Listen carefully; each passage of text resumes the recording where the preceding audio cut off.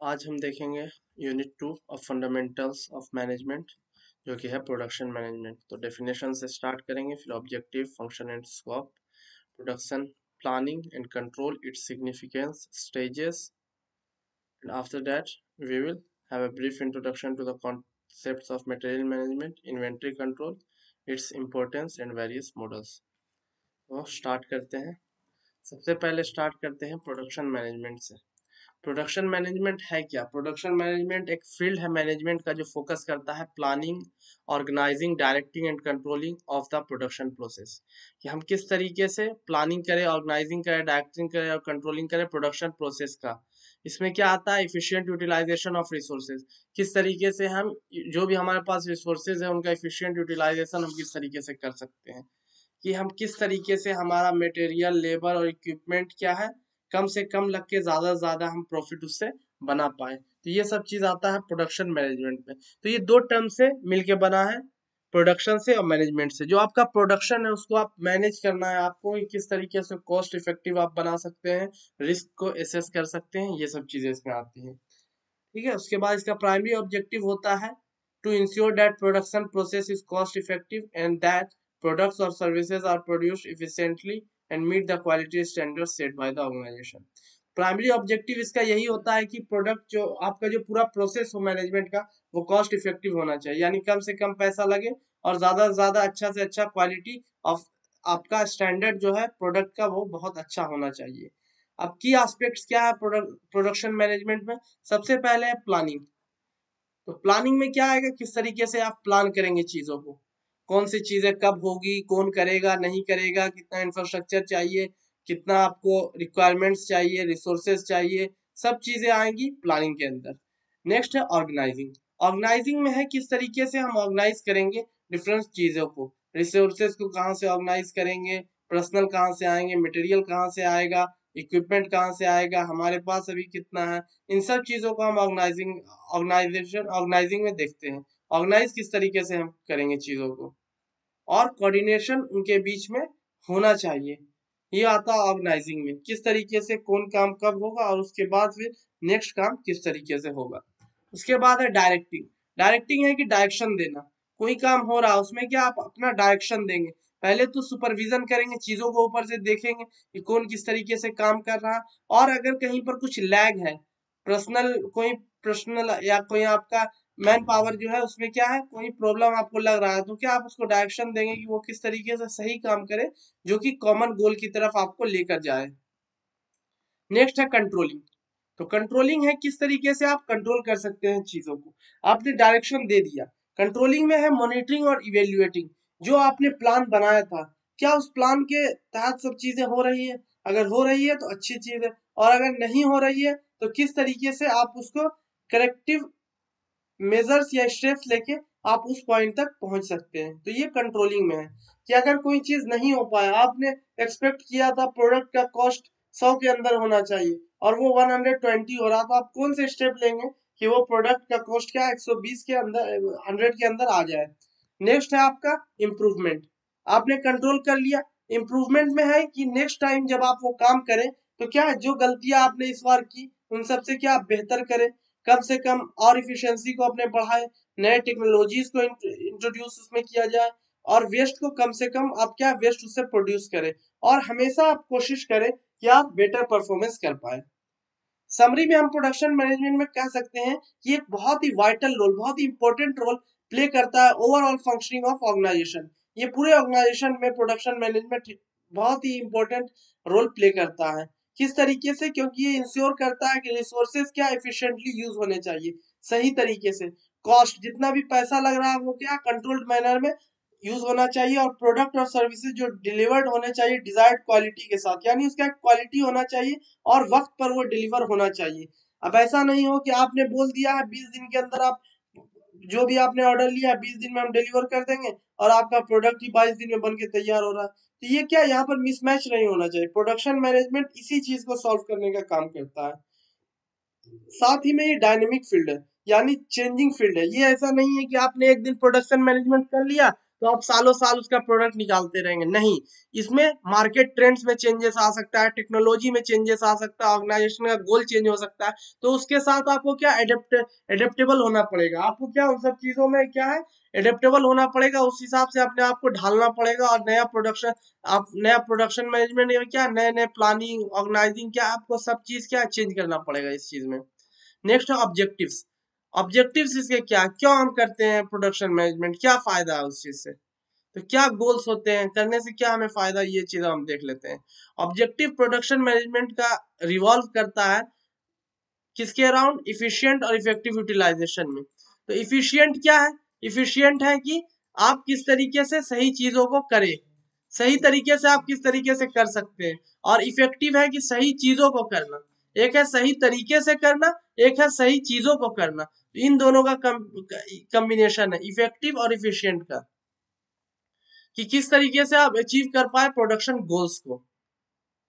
Objective design इसीलिए होता है कि इनहेंस किस तरीके से प्रोडक्टिविटी को किया जाए, कॉस्ट को कंट्रोल किया जाए, हाई क्वालिटी प्रोडक्ट डिलीवर किया जाए। ठीक है, तो सबसे पहला इसमें है ऑप्टिमल रिसोर्स यूटिलाइजेशन, कि हमारा जो गोल होता है जब हम प्रोडक्शन मैनेजमेंट करते हैं, तो हमारा सबसे बड़ा गोल होता है कि हम किस तरीके से रिसोर्स को ऑप्टिमली यूटिलाइज करें, यानी मिनिमम रिसोर्सेज में मैक्सिमम आउटपुट हमारा आए और साथ में वेस्ट क्या है बहुत कम हो। नेक्स्ट है हमारा कॉस्ट कंट्रोल। कॉस्ट कंट्रोल में है कि किस तरीके से प्रोडक्शन कॉस्ट को हम कम से कम रख सके। इसमें है कि आप मटेरियल कॉस्ट को कम रखिए, लेबर कॉस्ट को कम रखिए, ओवरहेड कॉस्ट को कम रखिए। तो इन सब कॉस्ट को जब आप कम रखिएगा तब जाके आप प्रोडक्शन कॉस्ट, एक प्रोडक्ट का दाम को आप कम रख पाइएगा। Quality assurance. क्वालिटी एश्योरेंस ये चीज है कि आप किस तरीके से जो स्टैंडर्ड सेट है मार्केट में, उस क्वालिटी का आप प्रोडक्ट दे पा रहे हैं या नहीं, और अगर दे रहे हैं तो उसका क्वालिटी चेक होना बहुत जरूरी है, तब आप जाके उस प्रोडक्ट को वहां डिलीवर कर पाएंगे। नेक्स्ट है टाइमली डिलीवरी। टाइमली डिलीवरी में है कि किस तरीके से आप शेड्यूल्स और डेडलाइन जो आपने बनाया है उसको आप किस तरीके से मीट करते हैं। तो इसके लिए क्या है, आप डिफरेंस, आप आस्पेक्ट यूज कर सकते हैं। आप देख सकते हैं मार्केट में क्या ट्रेंड चल रहा है, कितने देर में आपके कंपटीटर्स प्रोडक्ट को डिलीवर कर रहे हैं, तो आप भी कोशिश कीजिएगा कि टाइमली डिलीवर कर पाए प्रोडक्ट्स को। फ्लेक्सिबिलिटी और एडेप्टेबिलिटी, ये क्या है, जैसे पहले ही बताया जा चुका, इसमें फ्लेक्सिबल और एडेप्टेबल आपको रहना पड़ेगा। कभी भी चेंजेस हो सकते हैं मार्केट में, एक्सटर्नल फैक्टर्स हो सकता है या फिर इंटरनल फैक्टर हो सकता है। कोई आपका लेबर चला गया या कोई आपकी इक्विपमेंट खराब हो गई, तो क्या आपको एडेप्टेबल होना पड़ेगा, आपको चेंज, उसके हिसाब से आपको खुद को चेंज करना पड़ेगा। एक्सटर्नल फैक्टर हो सकता है, रिसेशन आ जाए, मार्केट में मंदी आ जाए या फिर मार्केट बूम कर जाए, तो आपको क्या रेडी रहना पड़ेगा उस चीज के लिए।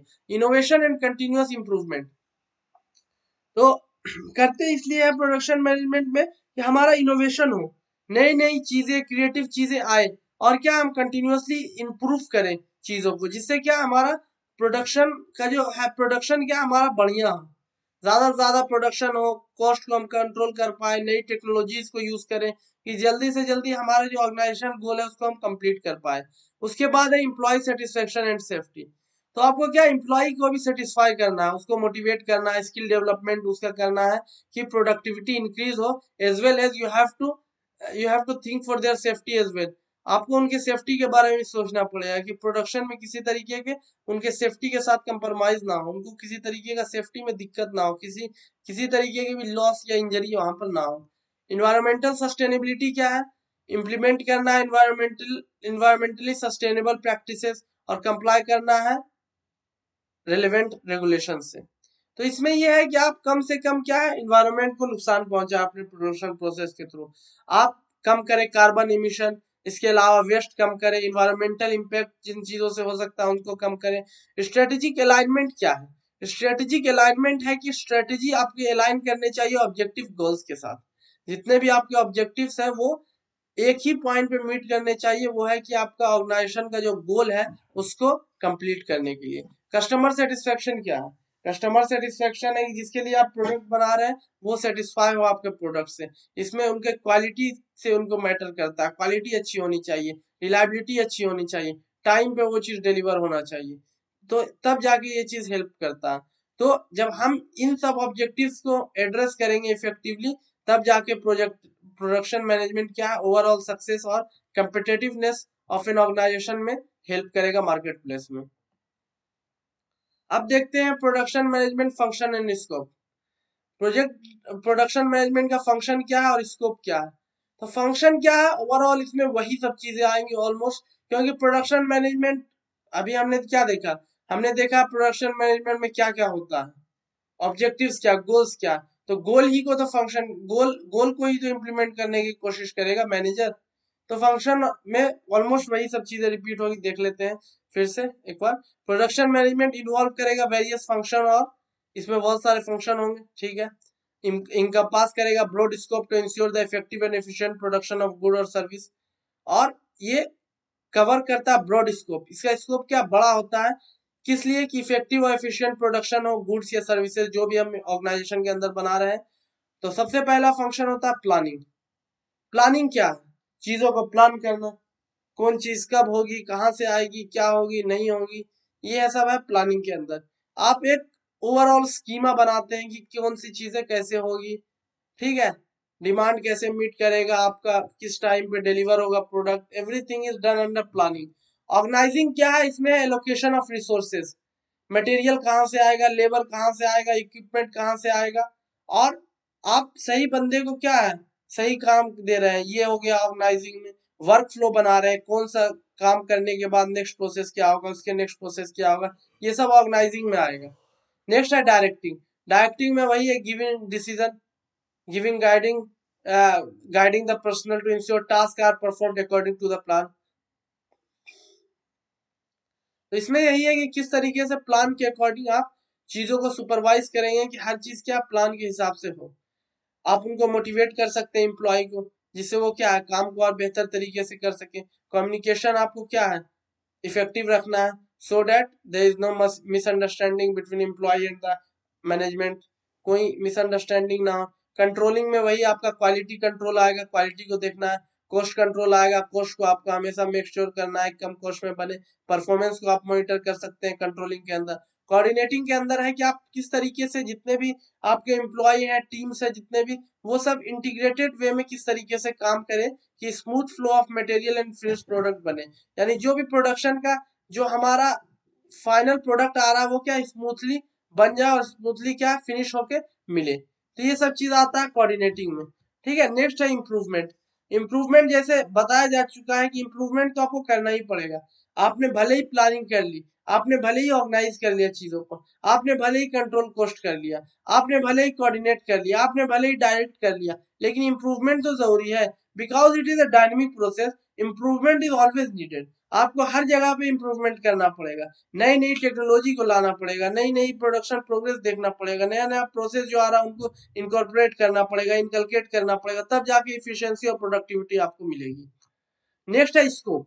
फंक्शन हमने देख लिया। फंक्शन में सबसे पहले आपने प्लान किया चीजों को, उसके बाद ऑर्गेनाइज किया, ऑर्गेनाइज करने के बाद आपने डायरेक्ट किया चीजों को, फिर आपने कंट्रोलिंग किया, फिर आपने जाके कोऑर्डिनेशन बैठाया, कोऑर्डिनेशन बैठाने के बाद आपने इंप्रूवमेंट किया।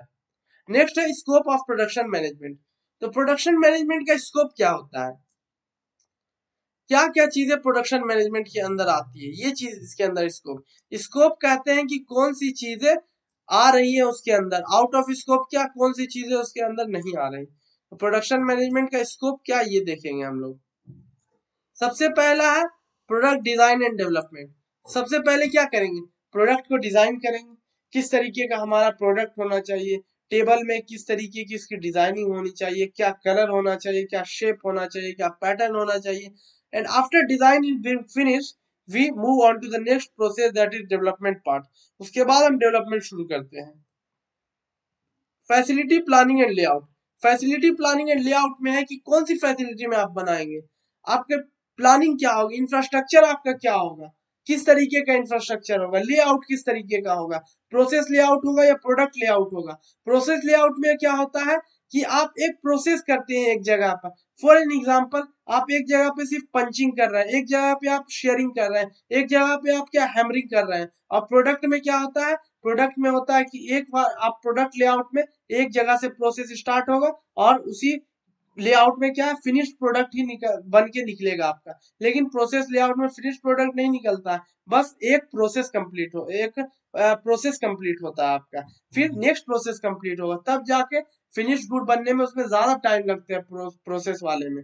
प्रोडक्ट वाले में क्या जल्दी बनते हैं, लेकिन दोनों का अपना एडवांटेज डिसएडवांटेज है, तो वही आपको देखना पड़ेगा कि आप किस तरीके का लेआउट लेना चाहते हैं। उसके बाद है मटेरियल मैनेजमेंट। आप कहाँ से माल मंगवाएंगे, कहाँ स्टोर करेंगे, किस तरीके से रॉ मटेरियल को हैंडल करेंगे, तो ये क्या continuous supply of for production, किस तरीके से आपका जो सप्लाई है वो कंटिन्यूअसली होता रहे, उसमें क्या बॉटल नेक नहीं आए किसी तरीके का, तो ये सब आता है मटेरियल मैनेजमेंट के अंदर। मटेरियल मैनेजमेंट के बाद आपका process selection and planning. Process आप सिलेक्ट करेंगे, फिर जैसे मैंने बताया था कौन सा प्रोसेस आपको सिलेक्ट करना है मटेरियल मैनेजमेंट के बाद, आप या तो जा सकते हैं प्रोडक्ट प्रोसेस में, या फिर आप जा सकते हैं प्रोसेस लेआउट में। जो भी आपको प्रोसेस सेलेक्ट करना, प्रोसेस सेलेक्ट कर लीजिए, कौन सा स्टेप किसके बाद होगा वो कर लिया आपने, प्लानिंग कर लिया। उसके बाद क्वालिटी आप मैनेजमेंट कीजिएगा। क्वालिटी किस तरीके का आपको चाहिए, स्टैंडर्ड के अकॉर्डिंग चाहिए, स्टैंडर्ड से ऊपर चाहिए, स्टैंडर्ड से नीचे चाहिए, ये देखेंगे आप। इन्वेंट्री मैनेजमेंट है, कितना स्टॉक आपको रखना चाहिए चीजों का। आप प्रोडक्शन कर रहे हैं पेन का, तो आपके पास इन्वेंट्री कितना होना चाहिए आपका, तो आप इस चीज को देखेंगे मेरा पेन बिक कितना रहा है। अगर आपका डेली 100 पेन बिक रहा है, तो आपके इन्वेंट्री में कम से कम 1000 पेन तो होने चाहिए, कि 10 दिन अगर प्रोडक्शन बंद भी रहे तब भी 10 दिन तक आपका सामान बिकता रहे, तो ये है। और इसमें ओवर स्टॉकिंग आता है और अंडर स्टॉकिंग आता है। ओवर स्टॉकिंग क्या, आपका 100 पेन बिक रहा है, आप 1 लाख पेन बना के बैठे हुए, इसको कहेंगे ओवर स्टॉकिंग। अंडर स्टॉकिंग क्या होगा, 100 पेन आपका डेली बिक रहा है और आपका इन्वेंट्री में बस 200 पेन है, तो एक दिन प्रोडक्शन नहीं होगा, दूसरा दिन आपका तहलका मच जाएगा, हाहाकार हो जाएगा। यही है इन्वेंट्री मैनेजमेंट, किस तरीके से बैलेंस बैठाना आपको, आपको स्ट्राइक करना balance between supply and demand, ये चीज है inventory management. Human resource management है, किस तरीके से रिक्रूटमेंट होगा, सिलेक्शन होगा, ट्रेनिंग होगा, मैनेजमेंट होगा वर्क फोर्स का, कि वो क्या प्रोडक्टिव काम कर सके, एफिशिएंटली काम कर सके, ये चीज है। नेक्स्ट है maintenance and repairs. Maintenance and repairs में है कि कोई मशीन खराब हो गई, कोई इक्विपमेंट खराब हो गया, किस तरीके से आप मेंटेन करेंगे। अगर आप मेंटेन नहीं करेंगे उसको, तो पहले मेंटेनेंस की कोशिश कीजिए कि मेंटेनेंस में अगर कोई चीज आएगा तो कम खराब होगा। अगर मेंटेनेंस करने के बाद भी कोई चीज खराब हो जाती है तो तुरंत रिपेयरिंग कराइए। अगर रिपेयरिंग नहीं कराएंगे तो हो सकता है प्रोडक्शन उसकी वजह से बंद हो जाए, तो आपको मेंटेनेंस एंड रिपेयर पे भी ध्यान देना पड़ेगा। तो ये सब चीजें क्या स्कोप के अंदर आती है। नेक्स्ट है टेक्नोलॉजी इंटीग्रेशन। नए नए टेक्नोलॉजी आ रहे हैं, उनको क्या इंटीग्रेट कीजिए आप अपने, ऐड कीजिए आप अपने प्रोडक्शन मैनेजमेंट पे, जिससे आपको इफिशियंसी आए, जिससे आपको इफेक्टिवनेस आए, कॉस्ट कम हो, क्वालिटी बढ़े। इन सब चीजों को आपको ध्यान रखना पड़ेगा स्कोप में। स्कोप में इन्वायरमेंटल एंड सेफ्टी कंसिडरेशन देखना पड़ेगा कोई ऐसा तो आप काम नहीं कर रहे हैं प्रोडक्शन के दौरान जिससे क्या इन्वायरमेंट पे बहुत बैड इम्पैक्ट पड़ रहा है, निगेटिव इम्पैक्ट पड़ रहा है। और आपको सेफ्टी भी साथ साथ में वर्कर्स की देखनी है कि क्या आप उनको रिस्क की सिचुएशन में तो नहीं डाल रहे हैं, क्या उनके आप सेफ्टी के साथ कंप्रोमाइज तो नहीं कर रहे हैं। नेक्स्ट है हमारा ग्लोबल प्रोडक्शन मैनेजमेंट। तो ग्लोबल प्रोडक्शन मैनेजमेंट क्या है, ये कंसीडर करता है चैलेंजेस और opportunities of managing production process in global context. क्या आप रेडी हैं कि आप ग्लोबली चीजों को प्रोड्यूस कर सके, क्या आपके पास all the resources and tools available for doing that, कि आप सप्लाई चेन इंटरनेशनल भी आपका प्रोडक्ट अगर बिकने लगे तो किस तरीके से आप इंटरनेशनल सप्लाई चेन को मैनेज करेंगे। तो इसके लिए क्या है, आप एक लोकेशन से नहीं हर प्रोडक्ट को भेज सकते, इसमें बहुत दिक्कत होगा। तो इसके लिए क्या है, आपको इंटरनेशनल क्या है सप्लाई चेन्स बनाना पड़ेगा, इंटरनेशनल आपको शॉप्स खोलने पड़ेंगे, आपको एमएनसी बनना पड़ेगा, मल्टीनेशनल कॉर्पोरेशन, और आप दूसरे दूसरे देश में जाके अपने फैक्ट्री से उस देश की नीड को कंप्लीट करेंगे। तो ये होता है ग्लोबल प्रोडक्शन मैनेजमेंट में। तो ये था स्कोप ऑफ प्रोडक्शन। इसमें क्या क्या चीजें आती है, क्या क्या चीजें प्रोडक्शन मैनेजमेंट के अंदर अवेलेबल है, क्या क्या चीजें थी, यही सब चीजें थी। किस तरीके से हाई क्वालिटी चीजें आए, किस तरीके से आपका प्रोडक्ट डिजाइन एंड डेवलपमेंट हो, फैसिलिटी प्लानिंग हो, लेआउट हो, मटेरियल को आप मैनेज करते हैं, प्रोसेस सेलेक्ट करते हैं, प्लानिंग करते हैं, क्वालिटी को मैनेज करते हैं, इन्वेंट्री को मैनेज करते हैं, ह्यूमन रिसोर्स को मैनेज करते हैं, मेंटेनेंस और रिपेयर्स करते हैं, टेक्नोलॉजी को इंटीग्रेट करते हैं, इन्वायरमेंट एंड सेफ्टी कंसिडरेशंस को देखते हैं, ग्लोबल प्रोडक्शन मैनेजमेंट को देखते हैं। ये सब चीजें आपकी आती हैं स्कोप अंडर प्रोडक्शन मैनेजमेंट। अब देखेंगे प्रोडक्शन प्लानिंग एंड कंट्रोल।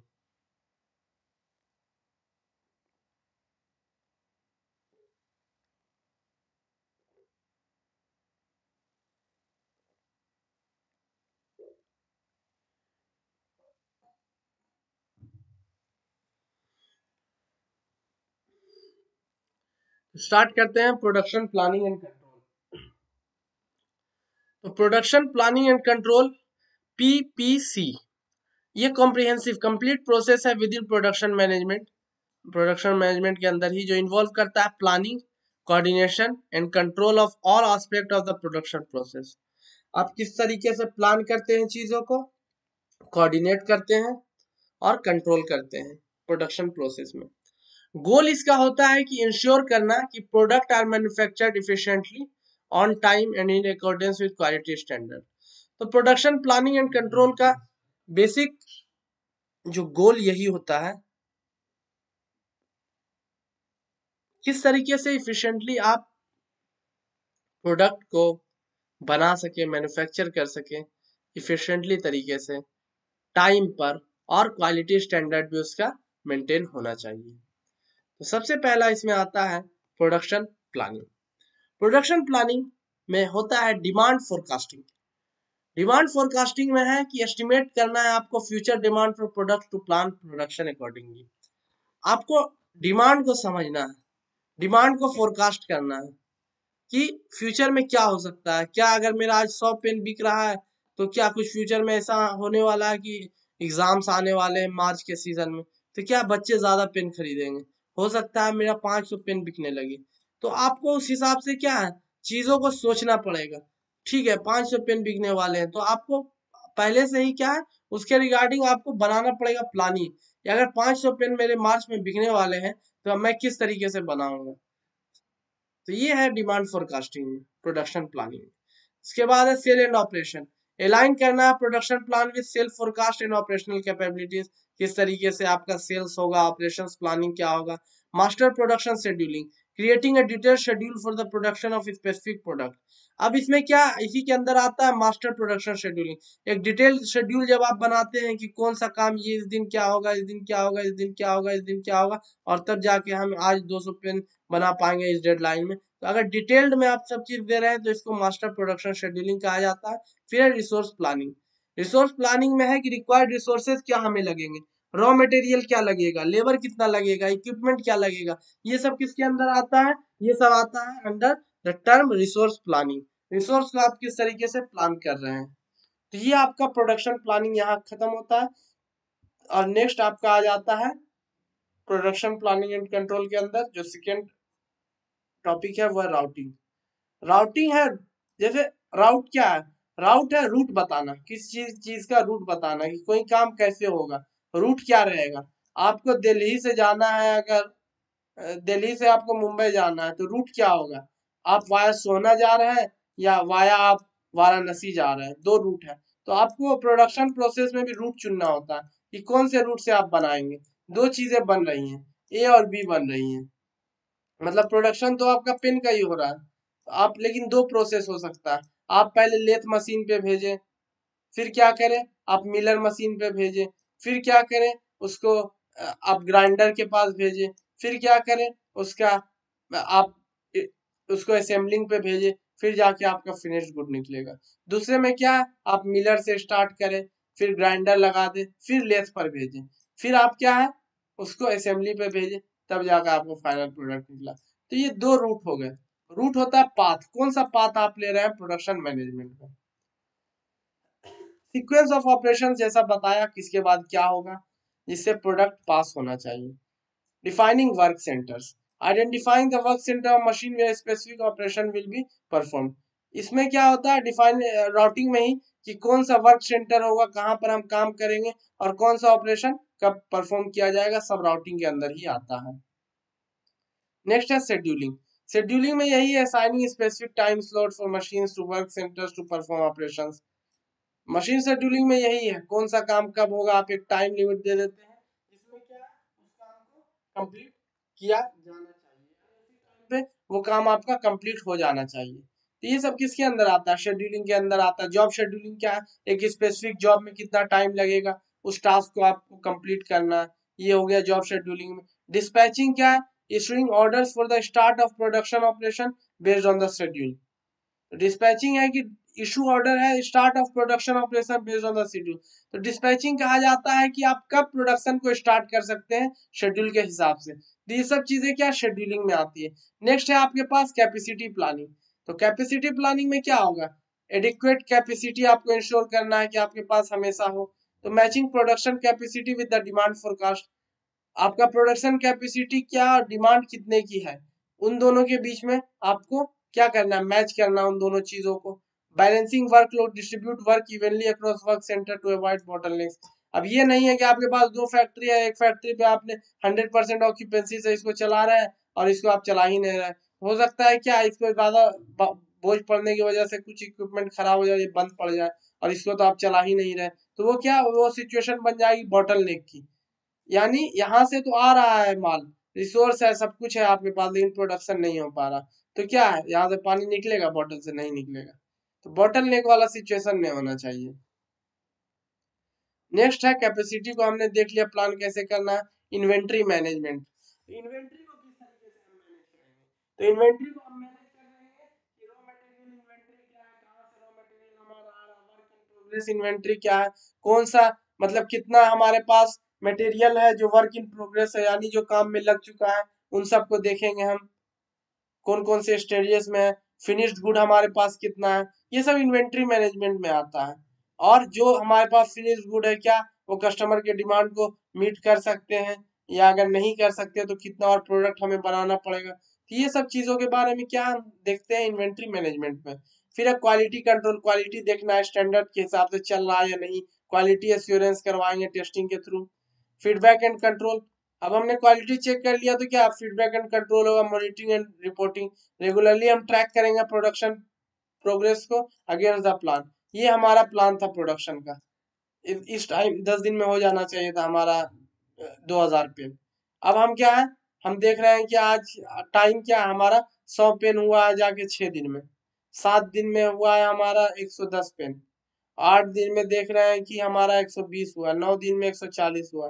तो क्या ट्रैक आपको करना, अब 140 हुआ तो एक दिन में आपको कम से कम 60 करना पड़ेगा, तब जाके आप इस चीज को मीट कर पाइएगा। तो यही है, रिपोर्टिंग करना और ट्रेडिंग, और क्या करना, इसको ट्रैक करना कि, और उसके बाद अगर यहाँ पर है तो आप क्या करेक्टिव स्टेप लीजिएगा कि कैसे उस चीज को डेडलाइन को मीट किया जाए। कंटिन्यूअस इंप्रूवमेंट है फीडबैक एंड कंट्रोल में, तो आपको एनालाइज करना है हमेशा परफॉर्मेंस डेटा को और देखना है कौन कौन सी अपॉर्चुनिटी आपको दिख रही है और उसके हिसाब से इंप्रूवमेंट होगा।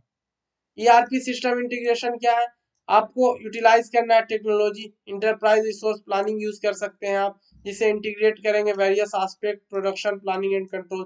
क्या टेक्नोलॉजी में ईआरपी एक आ गया, इंटरप्राइज रिसोर्स प्लानिंग, जो आपको हेल्प करता है रिसोर्स को प्लान करने में। लीन manufacturing and just in time, lean manufacturing और जस्ट इन टाइम क्या है, मेथोडोलॉजीज है।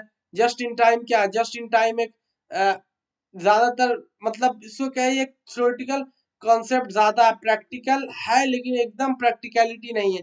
जस्ट इन टाइम का मतलब होता है कि आप किसी तरीके का स्टॉक नहीं रखिए, जैसे ही आपके पास कस्टमर आ रहा है उसी टाइम आप प्रोडक्शन कीजिए। यानी स्टॉक में ज्यादा सामान मतलब रखिए आप, लेकिन ये नहीं है कि एकदम आप ये कर दीजिए कि एकदम आप कुछ नहीं है आपके पास खाली है। कम से कम आपके पास एक मिनिमम होना चाहिए। जैसे आपका 20 पेन बिक रहा है डेली का, या 100 पेन बिक रहा है, तो आप ये नहीं कीजिए कि मतलब सिर्फ 100 पेन आप बना के रखिए इन्वेंट्री में, कम से कम 200 रखिए। और जैसे ही नया ऑर्डर आए आप प्रोडक्शन क्या बनाना स्टार्ट कर दीजिए, आप रेडी होने चाहिए कि जैसे ही जस्ट इन टाइम, उस टाइम पे आप क्या एबल होने चाहिए प्रोड्यूस करने के लिए गुड के। तो ये है जस्ट टाइम टाइम प्रिंसिपल। ये क्या करता है, स्ट्रीमलाइन प्रोडक्शन मिनिमाइज करता है, इन्वेंट्री को कम से कम रखने का ये तरीका है। ठीक है, और एक होता है आपका लीन मैन्युफैक्चरिंग। नेक्स्ट है सप्लायर कोलेब्रेशन। तो सप्लायर कोलेब्रेशन है कि कोऑर्डिनेशन विद सप्लायर, आप किस तरीके से सप्लायर के साथ कोऑर्डिनेट करते हैं कि वो क्या टाइमली और efficient supply of raw material दे। और environmental consideration is, we have talked earlier, any process of the production management should not impact the environment in a negative way।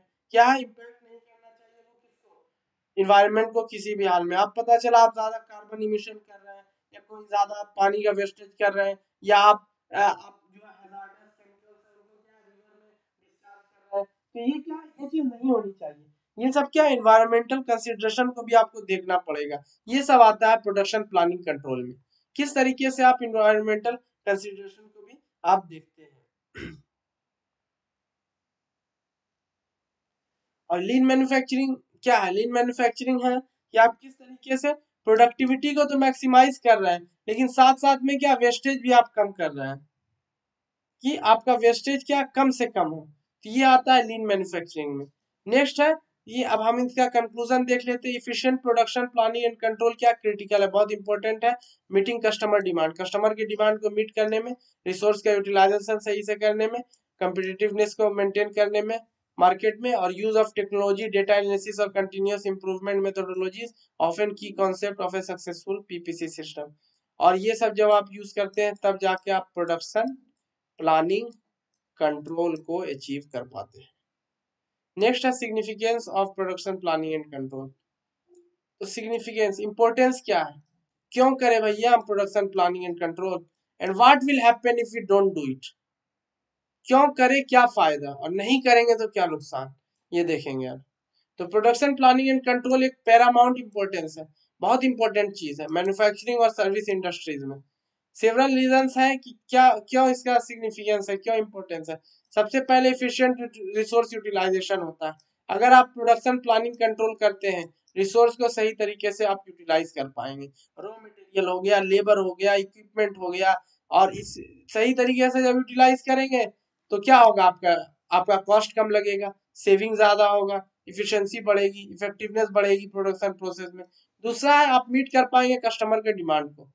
अगर आप अलाइन करते हैं production plan with demand forecast, PPC help आपको करेगा कि product produce हो right quantity में और डिलीवर हो टाइम पर, और कस्टमर की एक्सपेक्टेशन को आप मीट कर पाएंगे और इनहेंस कर पाएंगे सेटिस्फेक्शन को। कब?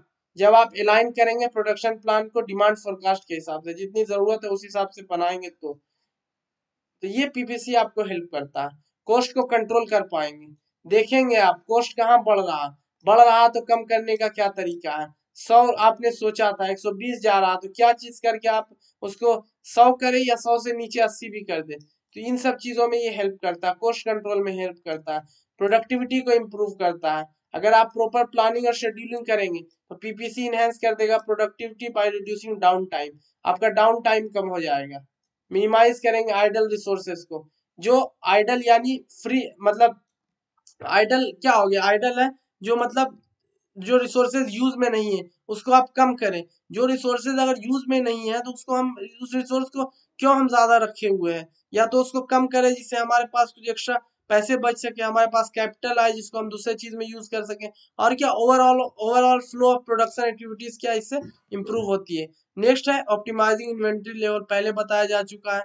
कम स्टॉक रखो भाई, कम स्टॉक रखो, जितना जरूरत है उतना रखो, ना ओवर स्टॉक करो ना अंडर स्टॉक करो, पैसे बनाओ पैसे बचाओ। नेक्स्ट है enhanced quality control.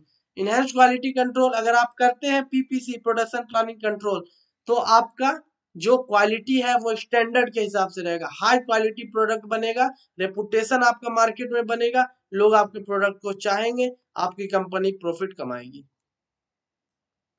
Effective decision making, effective decision making आपको जो प्रोडक्शन प्लानिंग एंड कंट्रोल करते हैं उसमें आपको कोई डेटा मिलता है, जब रियल टाइम डेटा मिलता है, इंसाइट्स मिलता है, वो आपको हेल्प करता है कि आप इन्फॉर्म डिसीजन लें, आप डेटा के हिसाब से डिसीजन लें, आप एक्सटर्नल फैक्टर पे ज्यादा नहीं जाएं। और ये आपको और हेल्प करता है कि आप अगर कोई चेंजेस आता है तो उसमें आप किस तरीके से अडेप्ट कर सकते हैं।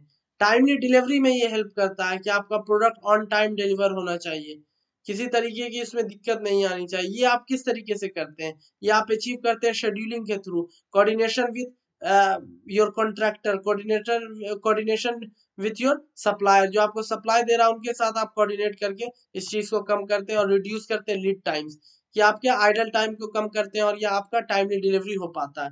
कस्टमर को आप सेटिस्फाई कर पाते हैं अगर आप प्रोडक्शन प्लानिंग यूज करते हैं, क्योंकि high quality product, on time product, efficient and effective product आपको रिपीट कस्टमर देते हैं और इंक्रीज करते हैं word of mouth, word of mouth referral को क्या इंक्रीज कर देते हैं ये चीज। फ्लेक्सिबिलिटी आपको मिलती है, एडेप्टेबिलिटी मिलती है, चेंजेस के हिसाब से डायनामिक मार्केट कंडीशन में आप चेंज हो सकते हैं पीपीसी यूज करके। कंटिन्यूअस इंप्रूवमेंट में आपको हेल्प करता है पीपीसी, ये नहीं एक बार प्रोडक्शन मैनेजमेंट कर लिया, प्लानिंग कर ली, बस उसी पे चलना है। नया चीजें आए, नई तरीके से उसे किया जाएगा, नई आपको उसके फायदे और नुकसान पता चलेंगे। तो क्या है उसके बाद है नेक्स्ट रिसोर्स प्लानिंग में आपको हेल्प करता है कि कितना रिसोर्स यूज किया जाए, कितना रिसोर्स प्रोग्रेस में लगाया जाए, कितना रिसोर्स इन्वेंट्री में रखा जाए जिसका यूज हो। नेक्स्ट है सस्टेनेबल प्रैक्टिसेस। आपको ऐसा प्रैक्टिस करना है जो आपको हेल्प करे फ्यूचर में भी, इन्वायरमेंट पे उसका इम्पैक्ट ना हो और आप क्या मैक्सिमम प्रॉफिट बना पाए। नेक्स्ट है coordination in supply chain.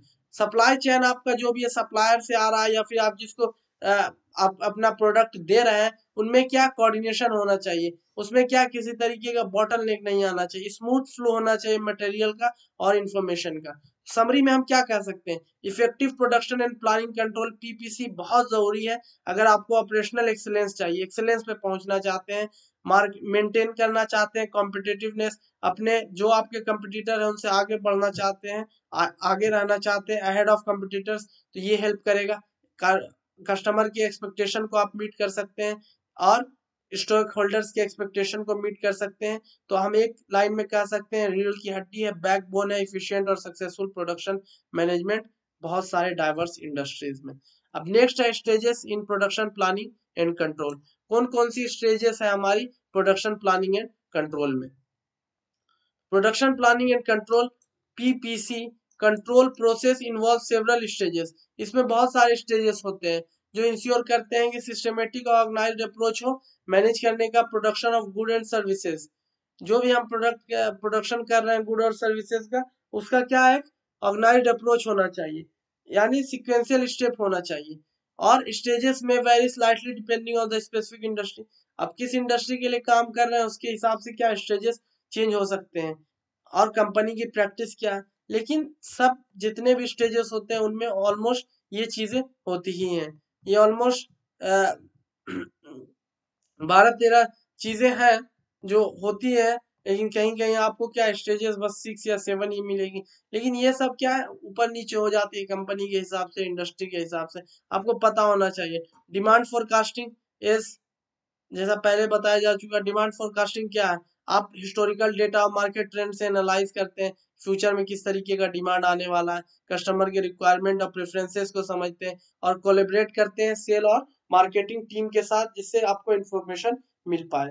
Cell and operation planning क्या है, कितना सेल आने वाला है, कहाँ से सेल आ रहा है, सप्लाई डिमांड को आपको मैनेज करना है, पोटेंशियल इश्यूज क्या हो सकते हैं स्ट्रेटेजी डेवलप करने में, अगर कुछ इश्यूज है तो उनको एड्रेस करेंगे हम।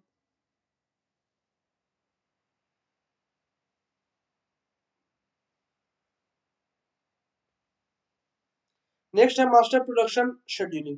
मास्टर प्रोडक्शन शेड्यूलिंग है कि detail schedule banana production of specific product का, बैलेंस करना production level with demand forecast और अवेलेबल रिसोर्सेज के हिसाब से, और कंसीडर करना लीड टाइम्स को कि टाइमली डिलीवरी हम दे पाए। कैपेसिटी कंस्ट्रेंट को भी क्या है आपको ध्यान में रखना है और रिसोर्स अवेलेबिलिटी को भी। नेक्स्ट है राउटिंग। राउटिंग में है कि आप कौन सा रूट चूज करते हैं, लेथ मशीन में पहले जाना या मिलर मशीन में, ग्राइंडिंग पहले करना है या असेंबलिंग करना है। ये होता है रूट में, कौन सा रूट लेते हैं जिससे प्रोडक्ट को पास होना चाहिए। तो आइडेंटिफाई वर्क सेंटर, आपका वर्क सेंटर कैसा, मशीन्स कौन है, ऑपरेशन क्या परफॉर्म होंगे, ये चीज आएगा, कौन आपको टाइमली डिलीवरी दे रहा है, इफिशिएंट पाथ कौन सा, ये सब राउटिंग में आ जाएगा। शेड्यूलिंग में आपका वही आएगा, स्पेसिफिक टाइम स्लॉट आप देंगे मशीन्स को, जिसमें क्या है मशीन्स काम करेगी, वर्क सेंटर्स काम करेगी, अपने ऑपरेशन परफॉर्म करेगी, टाइम आप दे सकते हैं उन्हें स्पेसिफिक जॉब का, इस जॉब को इतने टाइम पे आपको कंप्लीट करना है। इशू ऑर्डर आप दे सकते हैं कि कब क्या है प्रोडक्शन स्टार्ट हो जाए, इसको कहते हैं डिस्पैचिंग एंड इशू ऑर्डर, कब वो डिस्पैच कर सकते हैं यानी कब अपना प्रोडक्शन स्टार्ट कर सकते हैं। कैपेसिटी प्लानिंग यही है, कैपेसिटी प्लानिंग में कहा जाता है प्रोडक्शन कैपेसिटी को फोरकास्टेड डिमांड के साथ मैच करना ही कैपेसिटी प्लानिंग है। अगर फोरकास्ट में आपका 2000 है, 2000 पेन के हिसाब से आपको क्या है प्रोडक्शन को मैच करना पड़ेगा, किस तरीके से आप करेंगे 2000 आपके पास हो जाने चाहिए with on with that specific period of time. Workload different work centre पे आपको बैलेंस करना पड़ेगा, एक पर ज्यादा कोई दूसरे पे कम, ये काम नहीं करना, दोनों पे बराबर। आइडेंटिफाई और एड्रेस करना पड़ेगा कैपेसिटी कंस्ट्रेंट्स, ये कैपेसिटी कंस्ट्रेंट आपकी क्या क्या है और उनको क्या एड्रेस आपको करना पड़ेगा। Material requirement planning MRP, material requirement planning में है कि रॉ मटेरियल और कंपोनेंट नीडेड कौन कौन से चाहिए आपको, ठीक है। इन्वेंट्री लेवल कितना होना चाहिए, अवेलेबिलिटी ऑफ मटेरियल्स है या नहीं जब जरूरत पड़ रहा है, मिनिमाइज करना एक्सेस इन्वेंट्री, ज्यादा अगर है तो उसको ये करो, और कैरी करना है, और कैरिंग कॉस्ट को भी आपको देखना है। तो ये सब चीजें आती है मटेरियल रिक्वायरमेंट और प्लानिंग में। उसके बाद प्रोडक्शन कंट्रोल है, किस तरीके से आप प्रोडक्शन को कंट्रोल करते हैं, मॉनिटर करते हैं एक्चुअल प्रोडक्शन को, एक्टिविटीज अगेंस्ट द प्लान, आपका प्लान क्या था और आपने कौन सी चीजें की, प्रोडक्शन के हिसाब आपने कौन सी, आपका क्या प्लान था और आप कहाँ पर चल रहे हैं, तो उनको देखना, करेक्टिव एक्शन लेना अगर चीजें सही नहीं हो रही तो। और आपको क्या फॉलो करना है, क्वालिटी स्टैंडर्ड्स को प्रोडक्शन कंट्रोल में। क्वालिटी आपका बढ़िया होना चाहिए, सब टेस्ट पास करना चाहिए, और नहीं पास कर रहा है तो जो भी इश्यूज है उनको आप सॉल्व करें।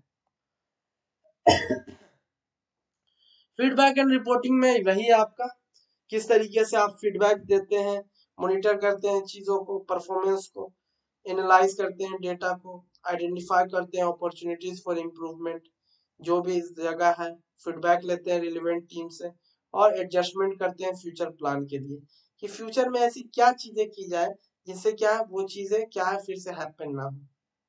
ये फीडबैक और रिपोर्टिंग में थी।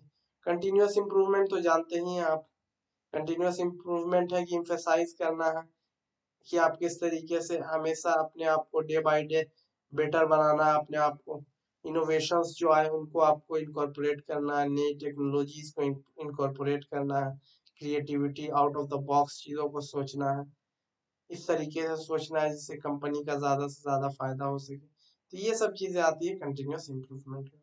ईआरपी सिस्टम इंटीग्रेशन पहले ही बताया जा चुका है, एंटरप्राइज रिसोर्स प्लानिंग, ये जो होता है सिस्टम, ये आपको बताता है कि कितने रिसोर्स की प्लानिंग में हेल्प करता है, कितना रिसोर्स होना चाहिए, किस टाइम कहाँ होना चाहिए आपके पास, सप्लाई डिमांड का आप उसमें टाइम डालते हैं। फिर when you enter every details it gives you a dashboard, it gives you a planning detail कि आपको कौन सी चीजें कहाँ पर होनी चाहिए। तो ये क्या इंटीग्रेट करता है various aspect of production planning and control, और इनहेंस करता है कम्युनिकेशन और डेटा फ्लो डिफरेंट डिपार्टमेंट में। लीन मैन्युफैक्चरिंग और just in time, lean manufacturing पहले ही बता चुका हूँ, किस तरीके से प्रोडक्शन को मैक्सिमाइज करना है, वेस्टेज को कम करना। लीन manufacturing just in time, inventory को कम से कम रखो, वही है, इन्वेंट्री को कम से कम रखो, जब जरूरत पड़े उसी टाइम क्या उस चीज को प्रोड्यूस करो। ये सब स्टेजेस क्या है कोहेसिव फ्रेमवर्क में, ये सब स्टेजेस क्या एक फ्रेमवर्क बनाती है जो इफेक्टिव प्रोडक्शन प्लानिंग और कंट्रोल में आपको हेल्प करता है, इंश्योर करता है कि रिसोर्स क्या सही तरीके से यूटिलाइज हो, और प्रोडक्ट क्या प्रोड्यूस हो टाइम पर और मीट करे quality standards, overall production process क्या आपका ऑप्टिमाइज हो। तो ये चीजें थी क्या, स्टेजेस इन प्रोडक्शन प्लानिंग। अब नेक्स्ट है मटेरियल मैनेजमेंट। मटेरियल मैनेजमेंट क्या होता है, मटेरियल मैनेजमेंट के बाद हम इन्वेंट्री कंट्रोल देखेंगे, and after that importance of material management, various methods, और उसके बाद ये कंप्लीट हो जाएगा।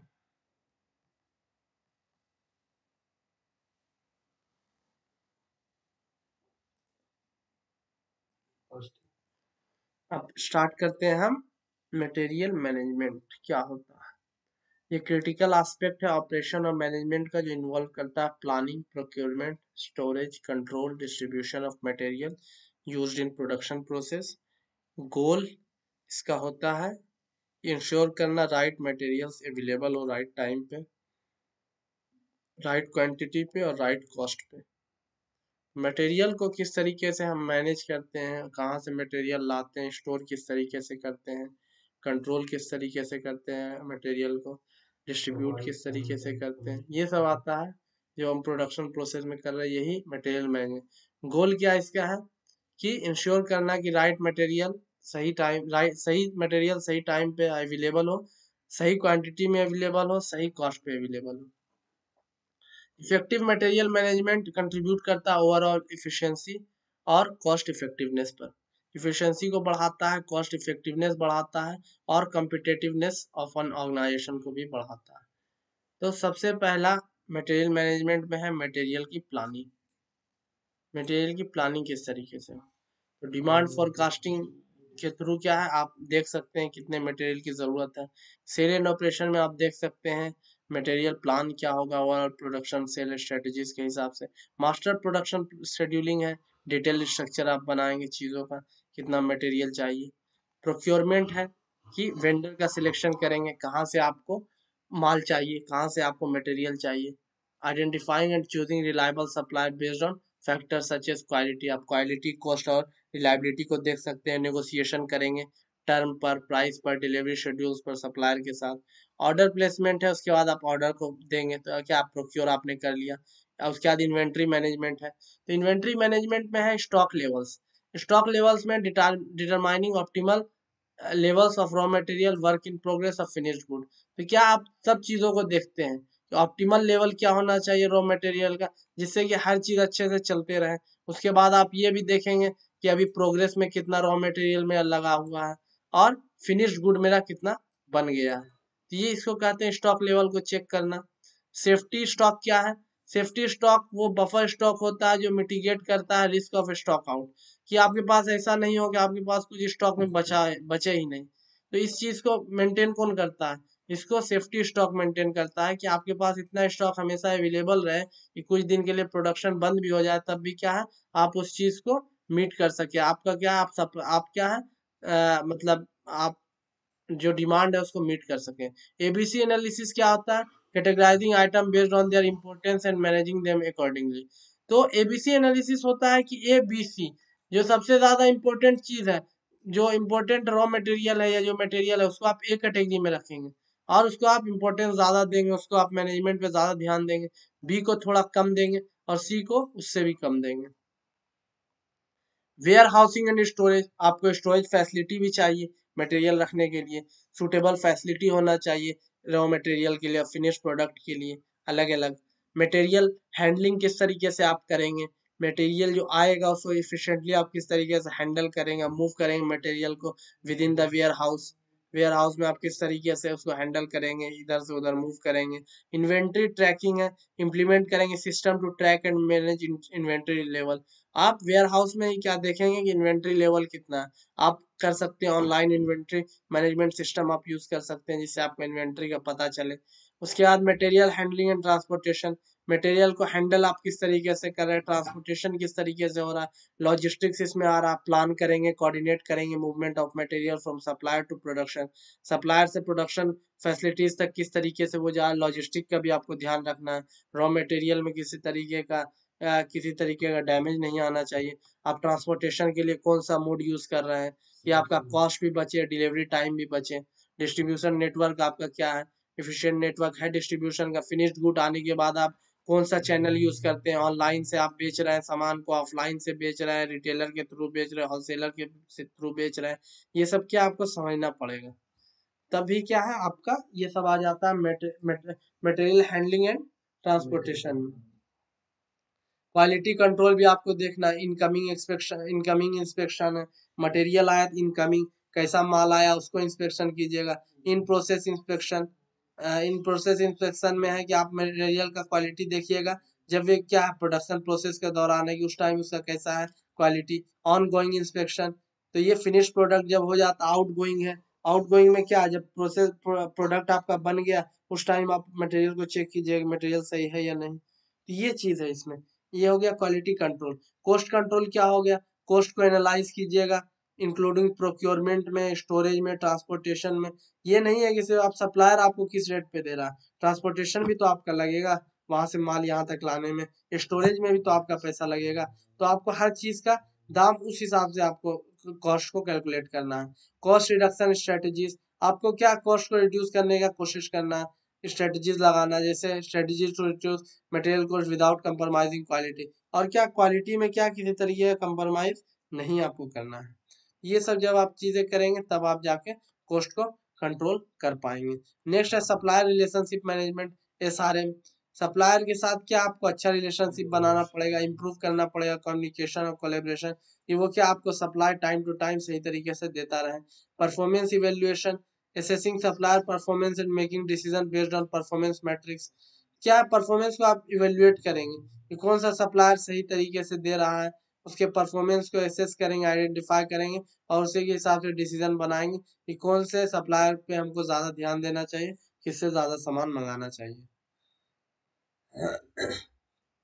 फिर टेक्नोलॉजी इंटीग्रेशन, टेक्नोलॉजी को आपको इंटीग्रेट करना पड़ेगा। EPS system, ERP system use करना पड़ेगा। इंटरप्राइज रिसोर्स प्लानिंग, जो आपको हेल्प करेगा कि रिसोर्स को प्लान करने में, कि कितना आपको इन्वेंट्री रखना चाहिए, कौन किसको कितना प्रायोरिटी देना चाहिए, सब चीज में आपको हेल्प करेगा ईआरपी सिस्टम। ऑटोमेशन में हेल्प करेगा, अगर आप टेक्नोलॉजी इंटीग्रेट करते हैं तो ऑटोमेशन आपका हेल्प करेगा एक्यूरेसी को, एफिशिएंसी ऑफ मटेरियल हैंडलिंग और ट्रैकिंग। उसके बाद है इन्वायरमेंटल सस्टेनेबिलिटी, पहले ही बताया गया। ग्रीन प्रोक्योरमेंट, आप क्या इन्वायरमेंटल फैक्टर को देखेंगे जब आप सप्लायर से मटेरियल ले रहे होंगे। जो सप्लायर क्या है, कम से कम इन्वायरमेंट को डैमेज पहुंचा रहा होगा, उससे आप लेंगे, या जो एकदम नहीं पहुंचा रहा होगा उससे आप लेंगे। वेस्ट रिडक्शन, आप क्या ऐसे प्रोसेस यूज कीजिए करेंगे, प्रैक्टिसेस यूज करेंगे जो क्या है, जिससे क्या वेस्ट कम से कम हो सके। जिसमें ज्यादा वेस्ट होगा उसको क्या आप कम से कम यूज करने की कोशिश करेंगे। तो इफेक्टिव मटेरियल मैनेजमेंट क्या क्रूशियल है मेंटेनिंग स्मूथ और कॉस्ट इफेक्टिव प्रोडक्शन के लिए और प्रोसेस के लिए भी। इंश्योर ये करता है कि मटेरियल्स क्या अवेलेबल हो जब क्या जरूरत पड़े, और कंट्रीब्यूट करता है ओवरऑल ऑर्गेनाइजेशनल सक्सेस में। ये इन्वॉल्व करता है कंप्लीट अप्रोच जो इंटीग्रेट करता है वेरियस फंक्शंस को इंटीग्रेट करता है और ऑप्टिमाइज करता है यूज ऑफ रिसोर्सेज, इनहेंस करता है ऑपरेशनल इफिशिएंसी को। तो ये था मटेरियल मैनेजमेंट का, किस तरीके से planning, procurement, inventory, warehouse, material handling, distribution network, quality control, cost control, supply relationship, technology integration और इन्वायरमेंटल सस्टेनेबिलिटी पर हम ध्यान देते हैं।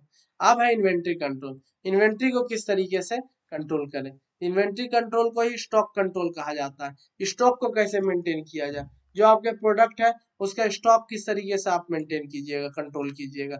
ये क्या इंपॉर्टेंट एस्पेक्ट है, क्रूशियल एस्पेक्ट है ऑपरेशंस मैनेजमेंट का, जो इन्वॉल्व करता है overseeing the supply, that involves, जो इन्वॉल्व क्या करता है मॉनिटरिंग द सप्लाई, आप सप्लाई को देखते हैं, स्टोरेज को देखते हैं और accessibility of goods within an organisation को देखते हैं कि वो गुड जो है वो कितना एक्सेसिबल है, कितना इजीली आपके लिए पास अवेलेबल है, उन सब चीजों को आप देखते हैं। प्राइमरी ऑब्जेक्टिव या गोल क्या होता है इन्वेंट्री कंट्रोल का, इंश्योर करना optimal level of inventory to meet customer demand while minimising holding cost and avoiding stock outs.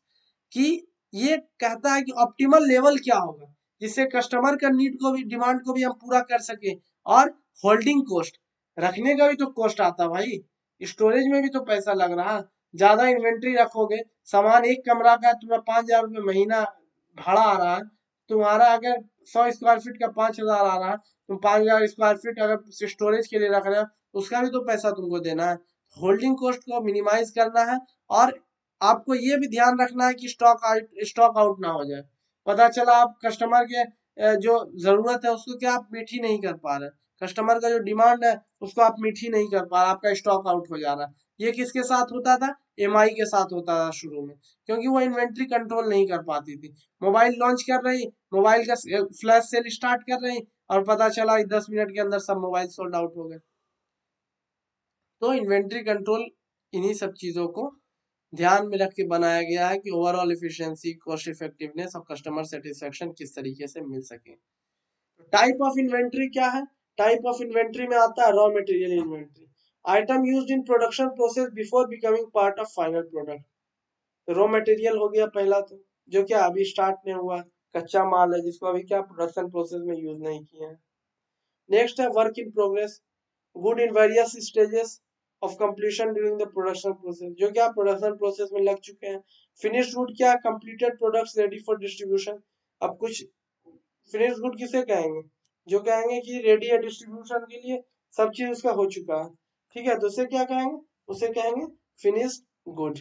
Next है हमारा एमआरओ, एमआरओ किसे कहेंगे, एमआरओ कहेंगे हम मेंटेनेंस रिपेयर एंड ऑपरेशंस को, item used to support production but not directly incorporated into final product.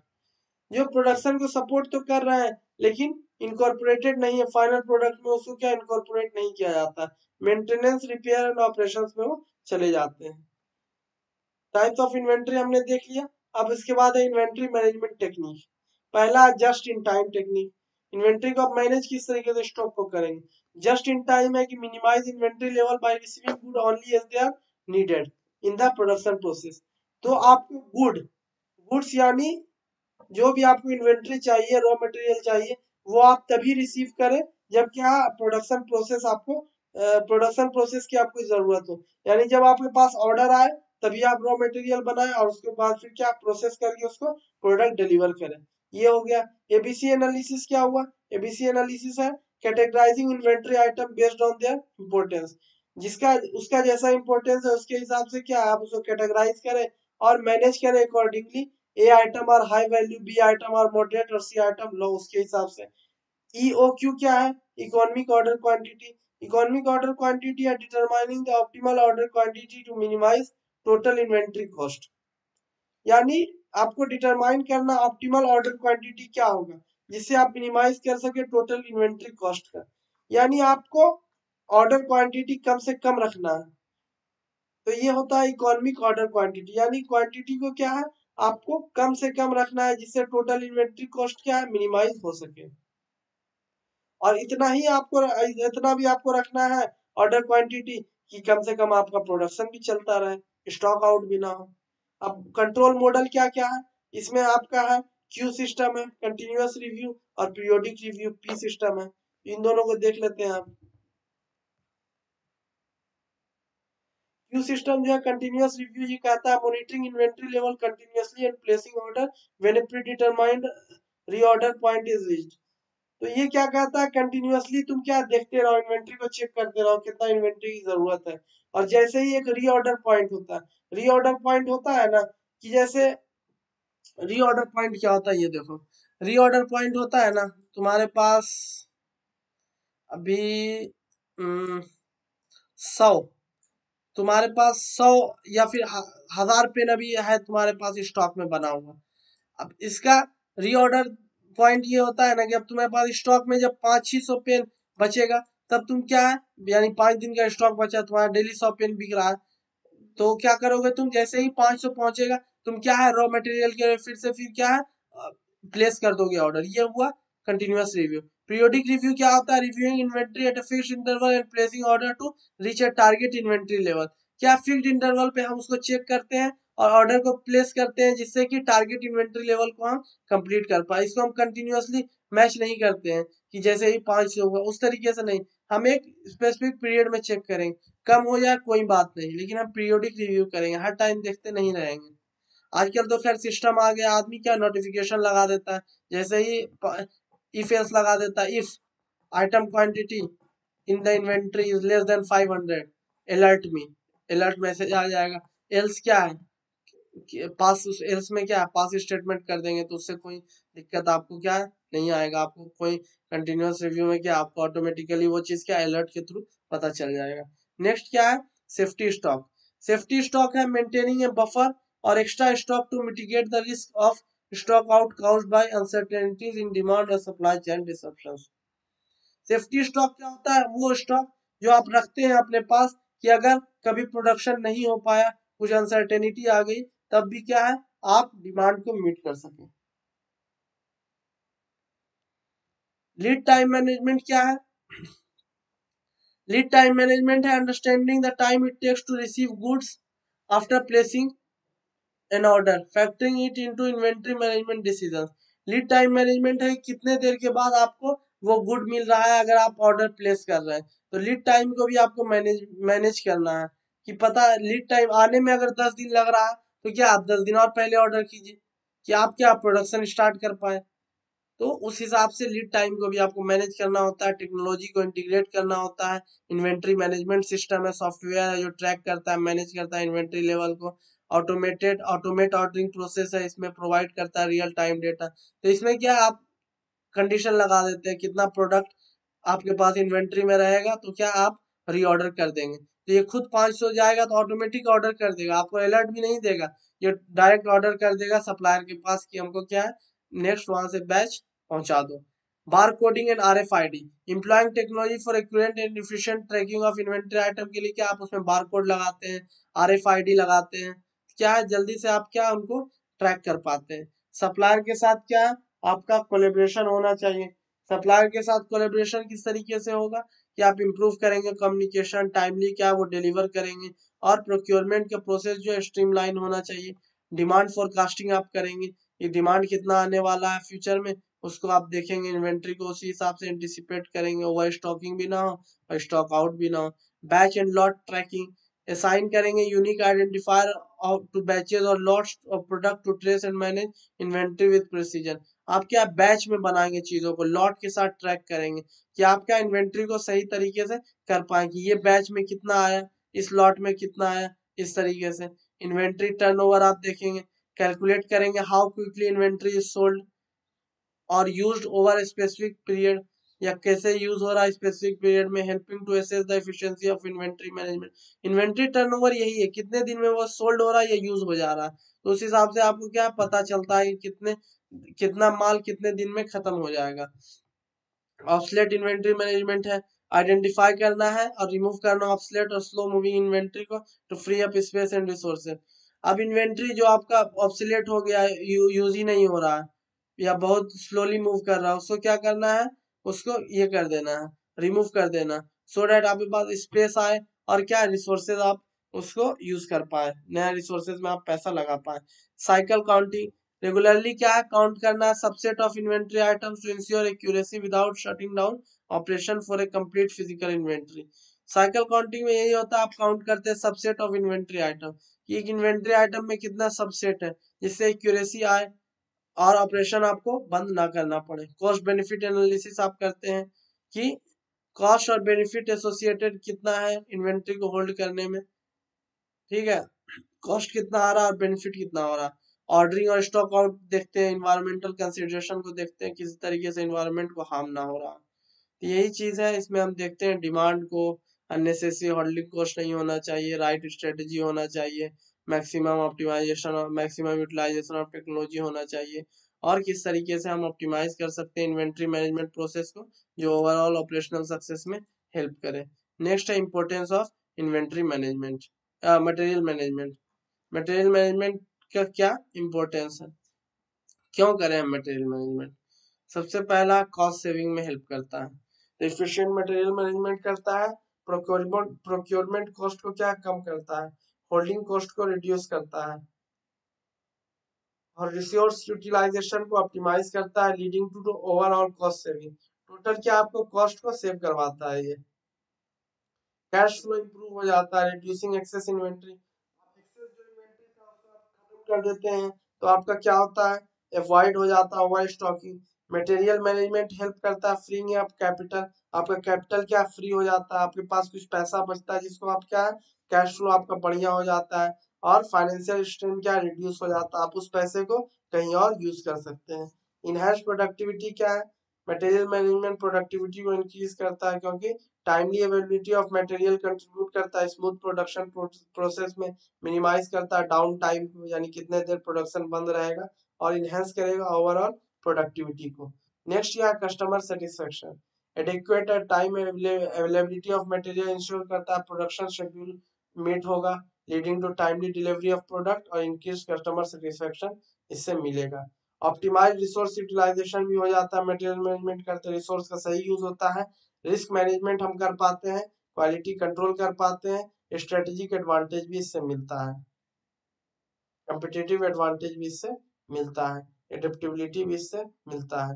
Various methods क्या क्या है मटेरियल मैनेजमेंट में, बस यही टॉपिक लास्ट है हमारा।